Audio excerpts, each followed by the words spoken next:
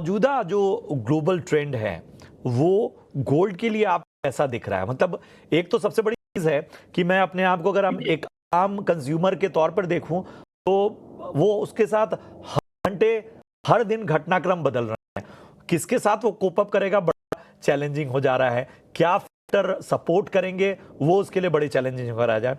US shutdown जो है वो कहीं ना बहुत बड़ा फैक्टर माना जा रहा था। फेडरल रिजर्व चेयरमैन के ताजा बयान से जो एक ऑप्टिमिज्म है उस पर भी निगाहें हैं। तो इन सारे फैक्टर्स को अगर हम कहीं कहीं जोड़ के देखें तो हमें बताइए मौजूदा जो ट्रेंड्स हैं वो किस तरह के नजर आ रहे जी, एक तो मुझे कार्यक्रम में शामिल करने के लिए बहुत-बहुत शुक्रिया। देखिए, मेरा ऐसा मानना है कि ये जो आपने जितने भी इवेंट बताए हैं, आई एग्री, मैं मानता हूँ कि ये गोल्ड प्राइस को, सिल्वर प्राइस को ये अफ़ेक्ट करते हैं, चाहे वो शटडाउन है, चाहे वो यूएस इकोनॉमी का जो डेटा आता है कि वो डेटा स्ट्रॉन्ग होता है, डेटा वीक होता है, एम्प्लॉयमेंट पिक्चर क्या है, जियोपॉलिटिकल सिचुएशन क्या है। ये तमाम फैक्टर्स जो हैं वो गोल्ड सिल्वर को अफेक्ट करते हैं, मगर मैं ये कहना चाहूंगा कि वो short term to near term तो जरूर अफेक्ट करते हैं, मगर अगर आप एक बहुत लंबी अवधि की बात करेंगे तो इनका जो अफेक्ट है वो धीरे धीरे करके क्षीण पड़ जाता है, क्योंकि कोई भी जियोपॉलिटिकल इवेंट जो है वो इरिवर्सिबल नहीं होता है। अगर कोई वॉर शुरू हुआ है तो वो वॉर थमेगा भी और वो वॉर फाइनली खत्म भी होएगा। अगर इकोनॉमिक अनिश्चितता है, अनसर्टेनिटी है, तो कुछ समय के बाद जो है वो अनिश्चितता कम हो जाएगी या खत्म हो जाएगी। ऐसे ही गवर्नमेंट शटडाउन हुआ यूएस में, longest government shutdown ever, almost 6 हफ्ते चला, मगर शटडाउन खत्म हुए भी 2 दिन हो गए हैं। तो अगर आप ये शॉर्ट टर्म इवेंट्स के हिसाब से अगर आप अपना लॉन्ग टर्म इन्वेस्टमेंट करेंगे तो मुझे लगता है कि कहीं ना कहीं जो है वो शायद बहुत अच्छा नहीं रहेगा। आपको लॉन्ग टर्म व्यू अपना लेके चलना है और उसके बाद आपको देखना है कि जो डाउनसाइड्स अगर ओपन अप होते हैं किसी पॉलिटिकल या इकोनॉमिक सिचुएशन के वजह से, तो उसका फायदा उठा के आप खरीद सकते हैं, या अगर उनकी वजह से बहुत ज्यादा बढ़ जाता है तो आप वहां पे प्रॉफिट बुकिंग कर सकते हैं। तो ये तो एक बात हुई कंसेप्चुअल। बाकी अभी की जो मौजूदा जो हालात हैं, मेरा ऐसा मानना है, और ये मैं अक्टूबर में काफी लाउडली मैं ये बात कह रहा हूं और मल्टीपल फोरम्स पे मैंने ये बात कही है कि सोना और चांदी जो है वो पीक आउट कर चुके हैं। चांदी ने, भले ही मैं मानता हूं कि यूके में, लंदन में जो चांदी का प्राइस है वो नहीं टूटा, एमसीएक्स में चांदी का प्राइस नहीं टूटा अक्टूबर वाला, मगर अगर मैं कॉमेक्स की बात करूं तो कॉमेक्स में कल जो हाई लगा है वो अपने अक्टूबर से ऊपर लगा है, मगर गोल्ड में लोअर टॉप इन प्लेस है। गोल्ड अक्टूबर का हाई $4380 के करीब लगा था, जबकि कल का जो है वो $4248 के करीब है। मेरा ऐसा मानना है कि सोने और चांदी में टॉप्स लग चुके हैं। गोल्ड में जो है लोअर टॉप लगा, चांदी में जो है कॉमेक्स को देखें तो हायर टॉप लग गया नवंबर में, मगर आप एमसीएक्स को या यूके मार्केट को देखेंगे, एलबीएमए को देखेंगे तो लोअर टॉप प्लेस हो गए हैं। और मैं इनमें आने वाले 1 साल के लिए बहुत बड़ी मंदी में हूं। ये जियोपॉलिटिकल और इकोनॉमिक अनिश्चितताएं, अनसर्टेनिटीज और इवेंट्स जो हैं वो होते रहेंगे। हर इवेंट के बेसिस पे शॉर्ट टर्म में कोई मूव आएगी, मगर जो लॉन्गर टर्म ट्रैजेक्टरी है वो सोने की काफी डाउन है।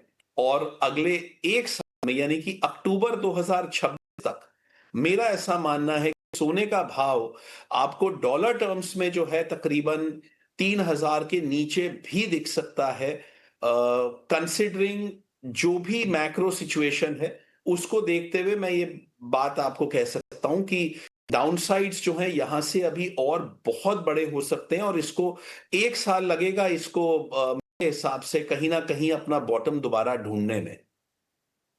बात आपने कह दी। मतलब आम तौर पे जो एक साल का नजरिया है उसे आप कहीं ना कहीं ये साफ तौर पर कह रहे हैं कि जिस तरह की स्थितियां हैं वो डाउन ट्रेंड की ओर इशारा कर रही हैं।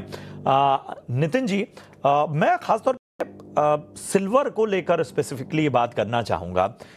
चांदी को लेकर एक्सपर्ट इतने बुलिश क्यों हैं? मतलब मैं लगातार चर्चाएं जो कर रहा हूं उसमें बहुत कम मौके हैं जो सिल्वर को लेकर एक बेयरिश व्यू नजर है? और दूसरा हमें ये भी बताइए, चूंकि आप तमाम डेटा से भी गुजर रहे होंगे, फिजिकल में सप्लाई है या थोड़ा सा कहीं ना कहीं माइल्ड सप्लाई आपको नजर आ रही है?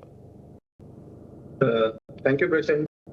दो जीनियस के बीच में आपने मेरे को रखा है, उसके लिए सबसे पहले तो बहुत धन्यवाद।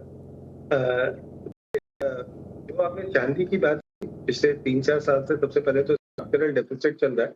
जो सप्लाई है वो डिमांड को मीट आउट नहीं कर पा रही। तो फंडामेंटली जब भी आपकी सप्लाई वो डिमांड को मीट आउट नहीं कर पाती है तो चीज के दाम जो है वो बढ़ने लगते हैं। अब लोग इसको कंपेयर कर रहे थे कि 1980 के बाद जो है वो $50 की जो सिल्वर थी वो $5 रह गई, और इस तरह का जो एक्सपेक्टेशन है वो इस बार भी होगा, और उस वजह से लोगों ने काफी सारी शॉर्ट पोजीशन बनाई। और जिस तरह से परसों भाव भागे तो हमने देखा कि वो शॉर्ट कवरिंग कहीं ना कहीं रोल प्ले किया और उसमें काफी सारे लोगों का लॉस हुआ। देखिए उस समय ना एक और भी रीजन था कि फोटोग्राफिक इंडस्ट्री जो थी वो 65% सिल्वर का यूज करती थी इंडस्ट्रियल।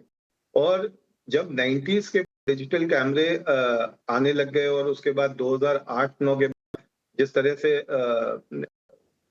मोबाइल ने जिस तरह से कैमरेज को रिप्लेस किया, तो उस वजह से जो सिल्वर की इंडस्ट्रियल डिमांड थी वो खत्म हो गई थी। लेकिन अब ईवीज के साथ में, सोलर में और तमाम इंडस्ट्रियल जगह पे जो सिल्वर की डिमांड आ रही है वो जो डेफिसिट है उसको वो बढ़ाती चली जा रही है। और दूसरा, जो इलेक्ट्रॉनिक इंडस्ट्री में या ईवी इंडस्ट्री में सिल्वर यूज हो रही है दैट इज नॉट रिसाइकलेबल। तो आप उसको रिसाइकिल नहीं कर सकते। जब आप किसी चीज को रिसाइकिल नहीं कर सकते तो दैट मीन वो पूरी की पूरी वेस्टेज में जा रही है, या हम उसको ये कहेंगे वो हमारे पास लौट के नहीं आने वाली। तो दैट्स द रीजन कि सिल्वर में एक फंडामेंटल बुलिशनेस बनी हुई है। दूसरा हम देखते तो 1980 के बाद भी 2010 और 20 के बीच का जो दशक था उसमें भी $40-50 क्रॉस करने की कोशिश करी थी, पर वो एक दिन से भी ज्यादा उसके ऊपर टिक नहीं पाई थी और हमने वापस आते हुए देखा। यहाँ हम प्रशांत जी देख रहे हैं कि ये लास्ट एक महीने के अंदर तीसरी कोशिश है जब सिल्वर 50 के ऊपर सस्टेन कर रही है, और ये 45 साल का ब्रेकआउट है। तो किसी भी चीज में जब 45 साल का ब्रेकआउट आता है और उसके बाद एक थोड़ा सा कंसोलिडेशन आता है, बुलिशनेस होती है वो बहुत स्ट्रांग होती है। तो मुझे ऐसा लगता है पर्सनली कि 31 दिसंबर तक हम चांदी में जो हमारा टारगेट है 2 लाख का वो हमें अचीव होता दिख रहा है, और उसके बाद अक्षय तृतीया तक हम जो 2.5 लाख का टारगेट लेके चल रहे हैं वो भी हमें अचीव होते हुए दिख रहा है। अगर आप क्वेश्चन का सेकंड पार्ट रिपीट कर देंगे तो बहुत अच्छा होगा। जो फिजिकल में सप्लाई है उसकी क्या स्थिति है चांदी में? देखिए मार्केट में इस समय डिमांड नहीं है। जिस तरह की डिमांड 180 190 के फिजिकल भाव के ऊपर निकल गई थी, तो इस समय चूंकि इंडियन मार्केट्स में डिमांड नहीं है तो हमारे यहाँ पे हम सप्लाई का उतना बड़ा क्रंच महसूस नहीं कर रहे। लेकिन जिस तरह से चाइना ने एक्सपोर्ट्स के ऊपर रिस्ट्रिक्शंस लगाए हैं सिल्वर के, और यूएस में भी हम इसको देख रहे हैं क्रिटिकल मिनरल्स मेटल्स के अंदर ये आया है, तो मुझे लगता है कि आने वाले समय में मे बी इन 2026 एक बार हम फिर से सप्लाई क्रंच जो है वो चांदी करते हुए देखेंगे, और जो फिजिकल मार्केट्स के प्रीमियम है वो कहीं ना कहीं यहाँ से 5 गुना 6 गुना फिर बढ़ जाएंगे। प्रशांत, तो ये तमाम बातें इसलिए भी बहुत आवश्यक है ताकि आपको समझ में आए कि डोमेस्टिकली या जो ग्लोबली चीज़ें हैं वो किस तरह से फैक्टर इन हो रही हैं और उनका क्या असर पड़ रहा है। और इसीलिए इस शो में हम निर्णायक पॉइंट की बात कर रहे हैं, उस टर्निंग पॉइंट की बात कर रहे हैं। और अनुज जी, आपका क्या राय है? मतलब आप मानते हैं कि गोल्ड और सिल्वर का ये टर्निंग पॉइंट है, भारत और अमेरिका के बीच चीज़ें ईज आउट होने के जो संकेत हैं?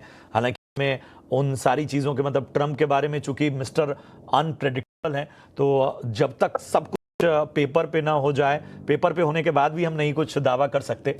लेकिन इन सब के बीच में यहाँ से जो आउटलुक आप कर रहा है वो क्या बन रहा है? मतलब क्या थोड़ा सा अब कॉशियस अप्रोच ना होगा? देखिए यहाँ पर अभी 2-3 चीजें बहुत इम्पोर्टेंट हुई हैं। कहीं ना कहीं अगर आप देखेंगे तो जो यूएससी गवर्नमेंट का शटडाउन खत्म हुआ है उसकी वजह से जो एक प्रीमियम बाइंग थी गोल्ड के अंदर वो यहाँ पर कुछ कमजोर पड़ती हुई दिखी है। प्लस जो फेडरल रिजर्व के इंटरेस्ट रेट कट होने का एक्सपेक्टेशन है वो बिलो 50% रह गया है। तो कहीं ना कहीं ऐसा माना जा रहा है कि शायद अगली मीटिंग में इंटरेस्ट रेट कट ना हो, तो उसकी वजह से भी जो प्रीमियम है वो यहाँ पर डाइल्यूट होता हुआ दिख रहा है।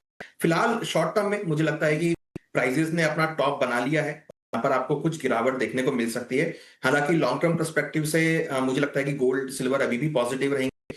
आपको गोल्ड अगले साल तक $45 और सिल्वर करीबन 60 से लेकर $70 दिखा सकता है। बट अगर आप बात करें आने वाले 10 से 15 दिनों के लिए एक शॉर्ट टर्म पर्सपेक्टिव से, तो मुझे लगता है कि यहाँ प्रॉफिट बुकिंग देखने को मिल सकती है, क्योंकि जो प्रीमियम बाइंग है, चाहे वो यूएस गवर्नमेंट शटडाउन की वजह से थी या रेट कट होने की वजह से थी, वो यहाँ पर अब डाइल्यूट होता हुआ दिख रहा है, तो उसकी वजह से एक सेलिंग प्रेशर यहाँ आ सकता है।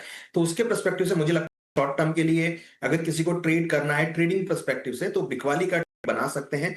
गोल्ड में करीबन 1,27,000 के आसपास बिकवाली का ट्रेड, स्टॉप लॉस 1,31,000 का लगा, टारगेट करीबन 1,20,000 तक देखा जा सकता है। वहीं सिल्वर में भी 1,63,000 के आसपास बिकवाली का ट्रेड बनाए, स्टॉप लॉस 1,66,000 का बनाए, टारगेट 1,55,000 से लेकर 1,52,000 तक देखा जा सकता है। इंटरनेशनली एक्सपेक्ट कर रहा हूं कि $4,050 से लेकर $4,000 तक के लेवल आपको गोल्ड में और सिल्वर में करीब $48 तक के लेवल अगेन देखने को मिल सकते हैं। तो ये बहुत शॉर्ट टर्म स्ट्रेटेजी रहेगी। लॉन्ग टर्म हमें लगता है कि फिर भी पॉजिटिव है, डिप्स मिलेंगे तो वहां खरीदारी का ट्रेड बनाया जाएगा। फिलहाल अभी शॉर्ट टर्म के लिए बिकवाली का ट्रेड बना कर सकते हैं।